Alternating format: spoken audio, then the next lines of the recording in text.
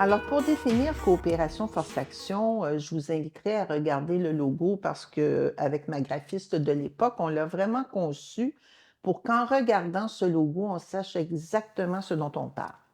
Alors, on va commencer par le premier mot, coopération. Donc, le terme coopération est vraiment utilisé en fonction de la psychiatrie radicale, c'est-à-dire manifester un intérêt réel pour les besoins, les droits des individus qui nous entourent ainsi que les nôtres. Et c'est ce qui crée en général des relations le plus égalitaires possible. Et avec la coopération de la psychiatrie radicale viennent aussi les règles de coopération, pas de secret, pas de mensonge, pas de jeu de pouvoir, pas de sauvetage. Juste ça, là, on en a pour des années de pratique. Et il y a aussi des outils de communication qui sont bien expliqués pour apprendre à régler les problèmes en gardant en tête que ce qui est important, c'est de maintenir une relation de confiance et non pas d'avoir raison. Alors, la coopération, donc, avoir un intérêt réel pour les forces des personnes, le potentiel. Alors, c'est vraiment une approche qui fait que quand on voit quelqu'un, malgré ce que la personne nous raconte de ses difficultés, on est intéressé à travers ce qu'elle nous dit d'aller voir les forces, les qualités, les talents qu'elle a pu démontrer pour être encore là, plus ou moins en forme, on est d'accord, mais être là, être en train de nous parler d'elle, et c'est vraiment essentiel. On travaille sur les forces et non pas sur les difficultés, ce qui est en général le contraire de ce qu'on fait socialement parlant. Et pourquoi on travaille sur les forces, le potentiel, c'est pour aider les personnes à développer une confiance en elles, sentir qu'elles ont ce qu'il faut, même si c'est pas autant que ce qu'elles voudraient, mais qu'elles ont ce qu'il faut pour passer au travers des difficultés qu'elles vivent actuellement. Et on sait que la confiance, c'est ce qui nous permet d'avancer et c'est la confiance qui donne l'estime de soi. Donc vraiment, pour Coopération Force Action, travailler sur la confiance des gens, c'est essentiel. Et comme je viens de le dire, à partir du moment où on a un peu plus confiance en soi, on est capable d'identifier les qualités, les talents, les forces qu'on a, pour nous aider à prendre de meilleures décisions. C'est ce qui nous amène à passer à l'action. Alors, dans Coopération Force Action, l'action, c'est vraiment passer de l'impuissance qu'on peut vivre quand on vit des difficultés au pouvoir d'agir qui fait qu'on retrouve sa dignité. Et comme je le dis souvent, on passe de la position assise à debout. Mais pour passer de cette position assise à debout, il faut du courage. Et c'est ce que représente l'étoile bleue du logo. L'étoile bleue du courage sur laquelle le personnage va s'élancer pour prendre un risque, pour oser quelque chose de nouveau, de différent. Mais le personnage ne s'élance pas dans le vide puisque sous lui, il y a une personne, et je souhaite que ce soit vous, qui croit en lui, qui croit en ses forces, en son potentiel, qui l'a aidé à prendre la meilleure décision possible. Alors, c'est un risque mesuré que le personnage prend, et c'est ce risque mesuré que nous sommes appelés à développer avec les personnes pour leur permettre de développer leur autonomie. Coopération force-action, c'est une approche psychopolitique. Alors, le psycho réfère à la théorie qui est utilisée, qui est l'analyse transactionnelle, pour la clarté de ces concepts concernant la construction du moi et le développement de l'identité des personnes. Et c'est aussi une approche qui nous aide à comprendre les types de relations qu'on développe avec soi-même et avec les autres. Moi, j'ai appris cette approche-là en éducation spécialisée. Ça m'a servi toute ma vie. Et quand je l'ai revu en psychiatrie radicale, qui lui a ajouté quelques éléments qui permettaient de mieux saisir comment le pouvoir d'agir des personnes pouvait être développé de façon plus spécifique, ça a vraiment bouclé la boucle en ce qui me concerne.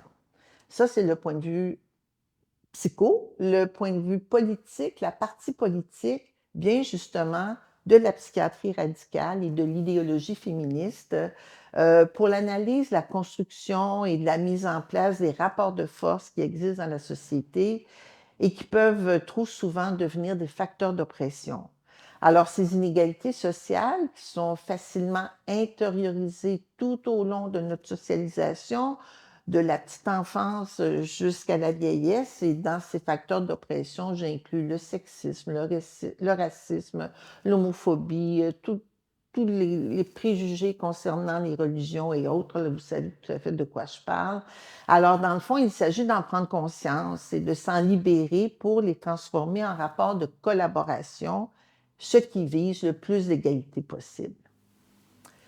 Coopération force-action, c'est aussi une posture, et je dirais que c'est avant tout une posture, un savoir-être qui veut faire la différence et dont les clés développées dans chacun des chapitres de Au cœur de l'action servent à ouvrir les portes, des portes qui mènent au cœur et à la dignité de tout être humain. Cette posture, qui est axée sur la mise en place d'une alliance, une réelle collaboration, se développe à travers un dialogue constant, une proximité qui démontre notre intérêt, la considération que nous avons pour la personne qui se trouve devant nous, quels que soient ses comportements, ses attitudes, et sans trop se laisser distraire par certaines stratégies de survie plutôt rébarbatives, mises en place au fil du temps pour éloigner, alors que c'est souvent tout le contraire dont il s'agit. Coopération Force-Action a des objectifs. Elle en a 3. Conscientiser, mobiliser, agir. Et j'ai choisi ces 3 termes-là pour qu'en tout temps, on sache ce qu'on a à faire et comment le faire. C'est un guide pour réguler et orienter notre action. Alors, conscientiser réfère à ce qu'il est possible de faire avec ce qui existe. C'est aussi prendre connaissance de qui je suis, de qui sont les autres autour de moi, quelle est la société dans laquelle je vis, qu'est-ce qui est disponible dans cette société pour que je puisse me réaliser. Mobiliser, vous l'aurez compris, c'est mobiliser ses ressources, mais aussi celles du milieu. Et agir, c'est agir, j'en ai amplement parlé, je crois. Alors, passer à l'action, évaluer, apprendre de cette action. Qui suis-je devenu après avoir posé cette nouvelle action dans ma vie et recommencer. Coopération Force-Action fournit beaucoup de documentation et des outils de travail qui sont tous conçus pour travailler avec, faire ensemble, dans un processus de co-construction. Construire une relation de confiance le plus égalitaire possible. Se rappeler que, malgré nos rôles et fonctions différents, nous sommes 2 êtres humains d'égale valeur qui travaillons ensemble. Alors moi, j'ai développé Coopération Force-Action pour travailler avec les individus, adultes, enfants, ados, les parents, les familles, les groupes, bref, les gens avec qui je travaille de façon générale.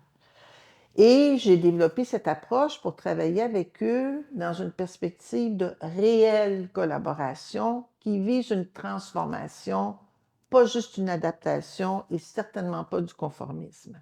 Coopération Force-Action est également des plus pertinents en médiation, dans la gestion des ressources humaines et dans les situations de crise.